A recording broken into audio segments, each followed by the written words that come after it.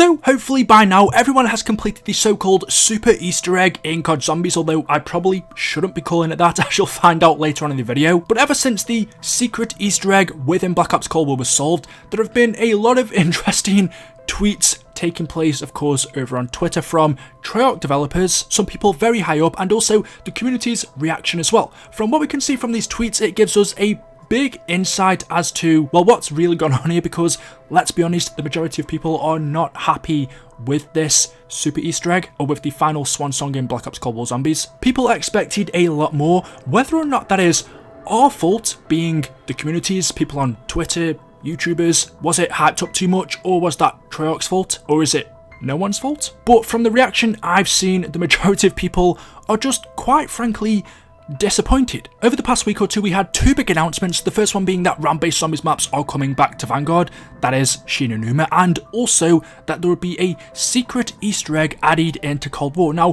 from what we were told by Treyarch, we figured out that it was pretty much a super Easter egg, and the definition of a super Easter egg to us is completing all of the main quests in a game, and once you do that, you unlock another Easter egg at the end. That was what the super Easter egg in Infinite Warfare Zombies involved, where you complete the main Easter egg on each map and you get a reward at the end. We also had a super Easter egg on Black Ops 3 Zombies. Again, you complete all the main quests in each and every map, and you get a reward being the RK5. In a way, but nowhere near as comparable, we had a super Easter egg in BO2 Zombies, where if you completed all of the main Easter eggs before Buried, either for the Richtofen or Maxis side, you could get two different alternate endings on that map, the Maxis or Richtofen side of the Easter egg. But forgetting that one, just looking at the two super Easter eggs we've had in the past in both BO3 and Infinite Warfare, both of them involve completing each and every main quest, which upon doing so, you are rewarded. Obviously, the reward in Infinite Warfare Zombies was a lot bigger than the one that we had in BO3, but still, they were super Easter eggs. And so, coming over to Cold War Zombies, where if you complete each and every single main quest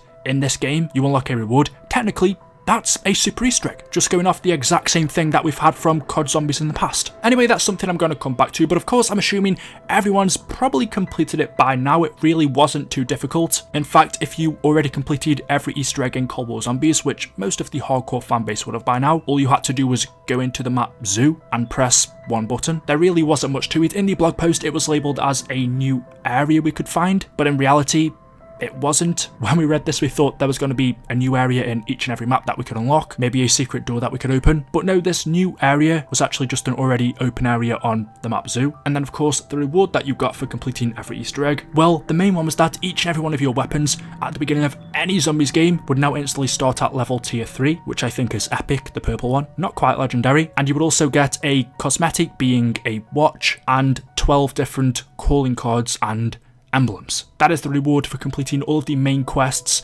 within Cold War Zombies. Comparing these rewards to what we got in BO3, which was a pack-a-punched RK5, is the reward for completing all of the quests in Cold War better or worse? Personally, I think it's around about the same. Starting off BO3 Zombies with the RK5 was good, but after about round 5 you got rid of it anyway, whereas having an epic weapon from round 1 in Cold War, I do think that's a better reward, although because it's not something you physically get, perhaps it doesn't feel like it. As for the emblems and calling cards and the watch, I don't care about. So yeah, compared to the reward that you got for completing all of the Infinite Warfare Zombies Easter eggs, neither the BO3 or Cold War 1 are anywhere comparable, and to be honest, I don't think either of them are that good anyway. The RK5 after a few rounds you get rid of, and having an epic weapon from the get-go is good, but it just didn't really feel special because it maybe wasn't something physical. So yeah, a lot of people were disappointed, just because if we go back to the blog post, for this they said, as for that secret we mentioned earlier, you'll have to discover its location on your own. If you haven't completed all 6 main quests yet, let's just say now would be a good time to get onto that. Depending on how many you've managed to conquer so far, over a dozen unique rewards could be waiting for you, including a permanent upgrade in each and every Zombies map. Good luck. I'm not gonna lie, but when they said we would be able to get a dozen unique rewards, I definitely wasn't thinking what they meant by that was emblems and calling cards. In that sense, it was probably a bit misleading. When they said we'll have to discover its location on our own, it almost made it sound like it's a new location that we have to find, when it really wasn't. And the main one, when they mention a permanent upgrade in Zombies, yes, that's technically what we got. All of our weapons are now permanently epic tier from the start, but some people thought maybe it would have been a permanent perk instead, or a permanent pack-a-punch weapon, and actually the permanent upgrade isn't even that good. Yes, it's helpful, but why not give us legendary and a pack-a-punch weapon from the start. This game's finished already, its life cycle's over, why not just give us the best thing that they could? Why half do it? I get that maybe it's because we then still have something to do, but you can turn it off if you want to, so I don't really understand why they didn't go full out and give us a legendary weapon and maybe even a pack-a-punch one as well. Why just epic? Yeah, on the whole, these rewards felt very, very disappointing, and since then, some Treyarch developers have come out and tweeted a few things. The first one is from Kevin, who is now the director of Zombies, so of course he had a big part to play in this. He said, "Hope everyone enjoyed the goodies for the new not-so-secret Easter egg. It was a swan song and a big thank you from the team to everyone who stayed with us throughout Cold War and completed all of the quests." The big question for me is, do I go Peck or Raptor 1, obviously being a reference to the emblems that we unlock. So Kevin there basically confirming that this is the final thing they're adding into Cold War Zombies. If you don't know what a swan song is, the definition of it is the final performance or activity of someone's career. I don't think it's talking about his own career, but more so this is the final thing they're adding into Cold War, which pretty much rules out any other maps or Zombies Chronicles 2. Obviously, as you'd expect, being Twitter, there were a lot of replies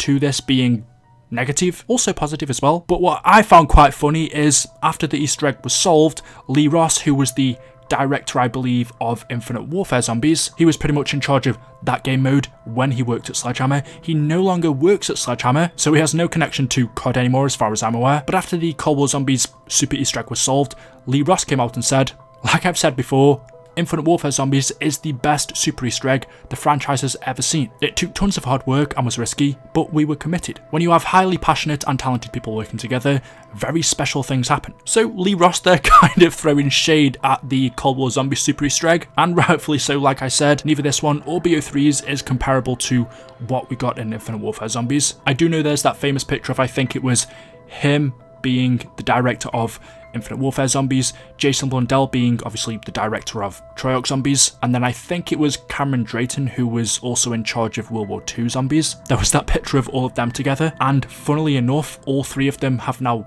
left. And talking about Jason Blundell, he did do that interview for his new game studio, Deviation Games, not too long ago, where he also kind of threw shade towards Treyarch, or at least that's how it felt anyway, when he spoke about how he's now free to actually do what he wants, pretty much saying he's no longer under the shackles of Activision. Maybe that's what he didn't get for BO4. So yeah, anyway, Lee Ross said this. Kevin Drew, the current director of Treyarch Zombies, who would have also worked on this Super Easter egg for Cold War, he replied to this by saying, "You and your team set a very high bar, Lee, hoping to raise it next game in regards to Easter eggs." And Lee replied, "You're a creative mastermind. I have faith that if given the support, you could do something extraordinary. Zombies fans have no idea how phenomenal you are as a creative on this IP." A little bit of talk there about Treyarch's next game. Now that Kevin is the director of Zombies, I'm guessing that this Super Easter egg is the first major thing he's worked on as the director. If you want to get a good idea of what Zombies could be like in the future, just looking at his previous work, well, we know in Cold War he was the lead designer of Outbreak. He was also the lead designer of the zombie systems in Cold War, so stuff like the upgrade system, essentially bringing multiplayer mechanics to zombies. He was also the design director of Ancient Evil from BO4. He was also the design director of Blood of the Dead. He was the designer and scripter of Origins, as well as the point designer and scripter on Mob of the Dead, and the design director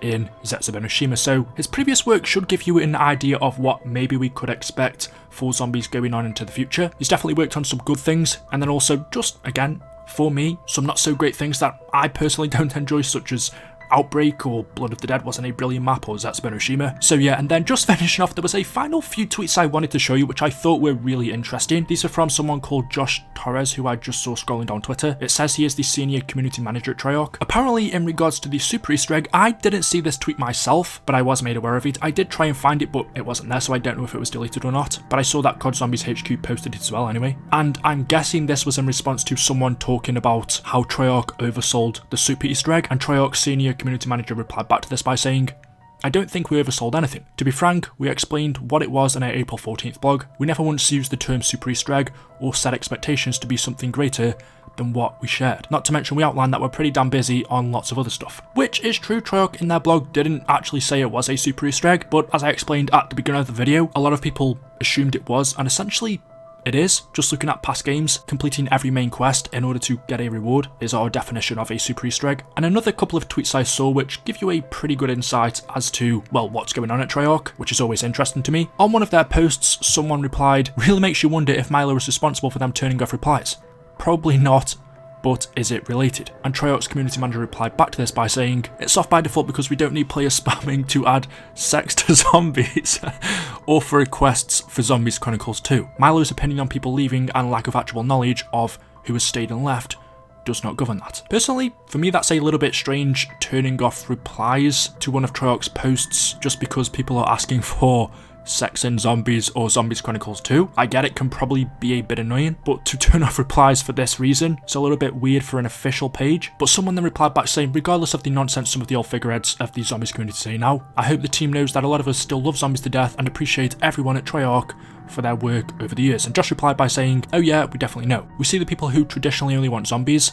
We see the people who dig Outbreak. We see the people who want us to try new things. It's not lost on us that people love zombies. The only thing I will say is, when you mention old figureheads of zombies saying negative stuff, or anyone really, people who haven't been playing for long, I would say it's not because they hate the game, it's actually because they do love it and they want it to get better. It's because they are that interested and invested in the game. Personally, if I'm not interested in a game, then I just will ignore it or won't comment, don't follow anything it does. But just from my point of view, what I've always gathered, when Treyarch do get a lot of people giving them negative comments, I've always thought it's because those people do love the game and they only want the best for it. They're not hating on it for no reason, which for me is also a little bit of a strange reason as to why they turn off comments because people are asking for Zombies Chronicles 2. I don't think it's in a bad way. I understand it probably could be annoying, but people are asking for it because they want it. I don't know, there does seem kind of like a weird vibe around Treyarch zombies at the moment. Well, there has been over the past couple of years, I would say. Vanguard especially, Cold War as well, BO4. Hopefully we can get better with the next game, but that's still quite a way yet. We won't be seeing anything until 2024, so yeah. Let me know your thoughts in the comment section below. As always, hopefully you've enjoyed today's video. If you have, drop a like rating. Make sure you are subscribed to stay up to date with the latest videos on the channel. Thank you all for watching, and I will see you in the next one. Until then, goodbye.